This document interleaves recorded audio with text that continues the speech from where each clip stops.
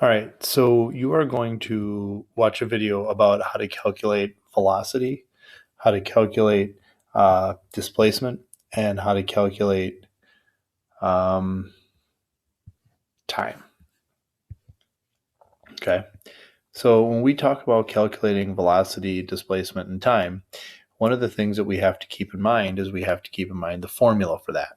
So the formula associated with displacement, or with velocity rather, is change in distance over change in time. And I'm going to have you use the triangle of fun, which allows us to manipulate that formula or change it around so we can solve for any of these three variables.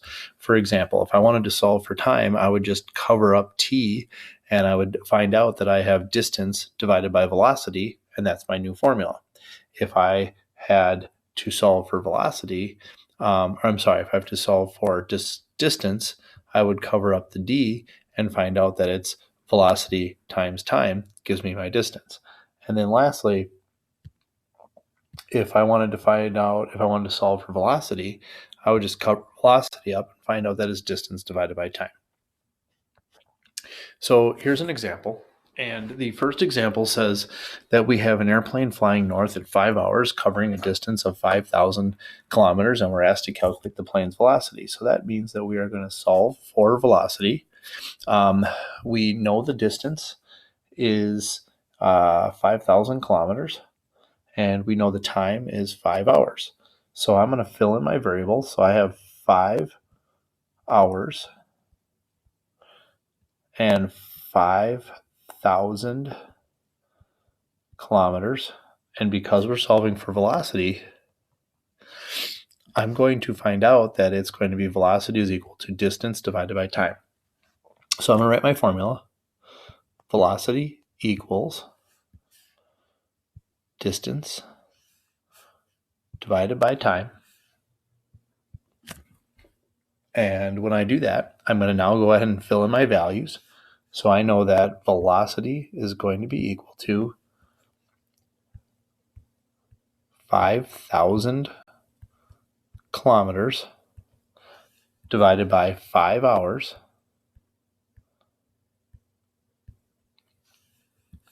And when I plug that into the calculator, 5,000 divided by 5 gives me an answer of 1,000. And my unit, since nothing canceled out unit-wise, is going to be kilometers per hours. Oof, that's ugly. But it is what it is. So this is my answer.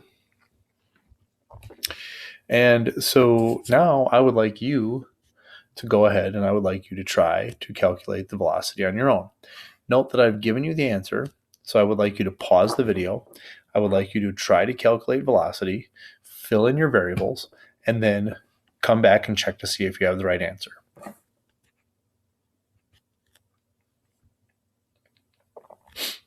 If you set the problem up correctly, it should look like this. You should have distance divided by time. You should have 49 meters over 2.4 seconds. And when you plug that in your calculator, you should get a value of 20.4 meters per second. Nice job. So now we have to talk about calculating distance.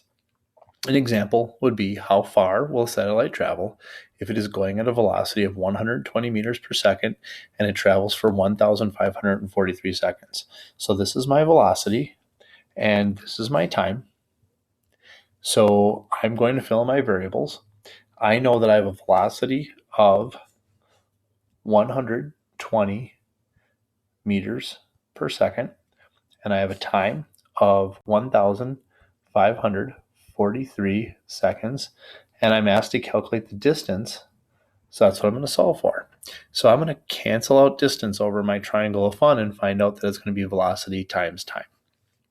So my formula is distance is equal to velocity times time, and I'm going to fill in my variables with my values that I found from the problem, and I'm going to find out that my velocity is 120 meters per second times the time, which is 1,543 seconds.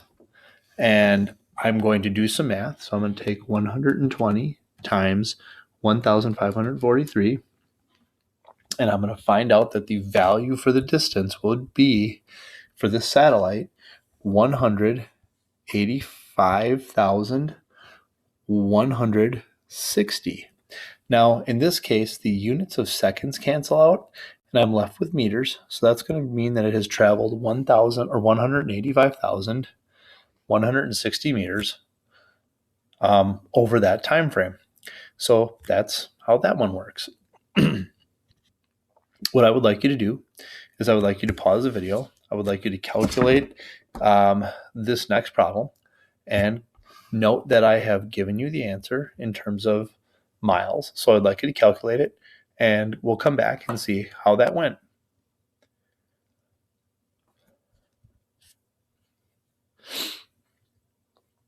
If you did it correctly, you would have noticed that distance is equal to velocity times time. So it would have been 75 miles times 2.5 hours. So the units for hours cancel out, and we'd get our answer, which is 187.5 miles. Nice. The last type of problem that you will come across when doing velocity is calculating time. So this problem says, how long will your trip take in hours if you travel 350 kilometers at an average velocity of 180 kilometers per hour? So this is my velocity, and this is my distance. And so now I'm going to go ahead and fill in my variables. So my, my distance is 350 kilometers. My velocity is 80 kilometers per hour.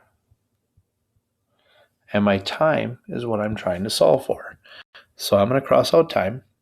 And in the process of crossing out time, I note that the formula is now going to be distance divided by velocity. So distance will equal,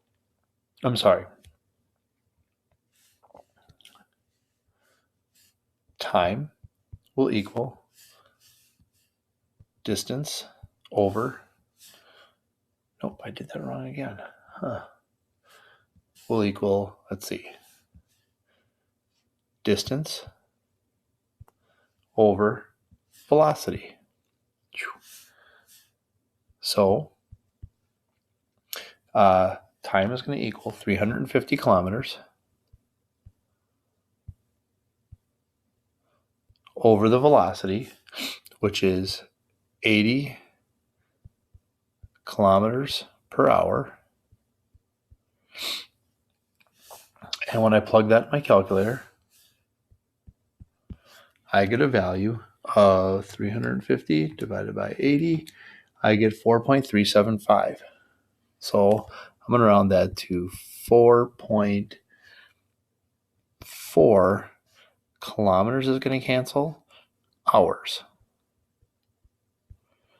So that means that it's going to take me 4.4 hours to travel 350 kilometers. So what I would like you to do is I would like you to pause the video. I would like you to go ahead and calculate the time for me heading out to Gratiot, Wisconsin, which is out by Platteville. So pause the video and do the math associated with this particular problem. Note that I've given you the time, the answer. So we'll see how you did. If you calculated it correctly, it should look like this.